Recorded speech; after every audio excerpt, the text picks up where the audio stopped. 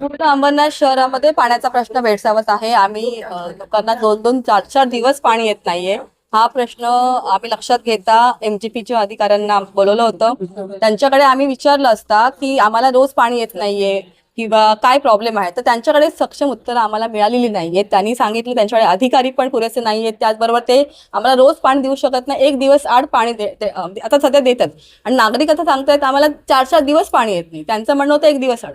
पण कुठलंही ठोस म्हणजे असं उत्तर आम्हाला मिळालेलं नाहीये. तर सगळ्या नगरसेवकांचं असं आमचं मागणं आहे की आता MGPनी हँडओव्हर करावं नगरपालिकेकडे आणि आम्ही MIDC असेल किंवा अन्य कुठल्या एजन्सीज थ्रू पाणी पुरवठा अंबरनाथ शहराला कसा चांगला होईल ह्याचा प्रयत्न करणार. लवकरच आम्ही 8 दिवसामध्येच मुख्याधिकारी आणि मी स्वतः सगळे नगरसेवक यांची आम्ही बैठक घेऊ आणि त्याच्यातून जो काय निर्णय होईल. आणि याला वेळ आम्हाला घालवायचाच नाही, कारण की हा मोठा प्रश्न आहे.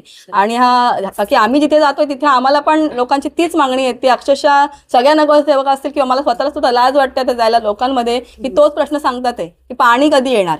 आणि त्याच्यामुळे हा पुढच्या 8 दिवसात नक्कीच आम्ही त्याचं उत्तर देऊ. आता जी बैठक पार पडली त्याच्यामध्ये असं नगरसेवकांचं म्हणणं होतं की आपण जर का ईस्टला रोज पाणी देतो तर वेस्टला 1 दिवसाड पाणी का देतो, आणि वेस्टला पण त्यांना रोज 1 दिवसाड पाणी पाहिजे.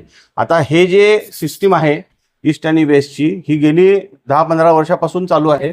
आणि आपण ईस्टच्या जवळपास 80% भागाला रोज पाणी देतो आणि वेस्टचा जवळपास सगळा भाग आपण अल्टरनेट डे पाणी 70-80% अल्टरनेट डे पाणी देतो.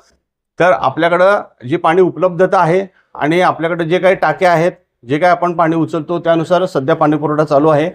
पण जर का आता नवीन स्कीम पण अंबरनाथची 258 कोटीची आणि बदलापूरसाठी 245 कोटीची नगरोत्थानमधनं मंजूर झालेली आहे. आता सध्या जेव्हा या 2 स्कीम सेपरेट होतील, तेव्हा दोन्ही स्कीम वेगवेगळ्या राबवल्या जातील आणि त्यांचे सोर्स वेगळे होतील, तेव्हा मग ह्या पूर्ण अंबरनाथ आणि बदलापूर शहराला जे काही त्यांना रोज पाणी पाहिजे किंवा 2 तास पाणी पाहिजे, तर ते आपण जेव्हा ह्या स्कीम पूर्ण होतील तेव्हाच हे आपण देऊ शकू. सध्याच्या परिस्थितीमध्ये आपण फक्त जी काही स्कीम चालू आहे ती व्यवस्थित चालेल आणि पाणी पुरवठा मिळेल, विस्कळीत होणार नाही याकडे लक्ष देऊ शकतो. पण जी काही मागणी आहे ती 2 स्कीम नवीन पूर्ण झाल्यानंतरच होऊ शकते. म्हणजे जवळपास 2-2.5 वर्षानंतर ह्या स्कीम वेगवेगळ्या झाल्यानंतर आपल्याला जी काही नागरिकांची फुलफिलमेंट म्हणजे जी काही रिक्वायरमेंट आहे ती 100% आपल्याला मान्य करता येईल.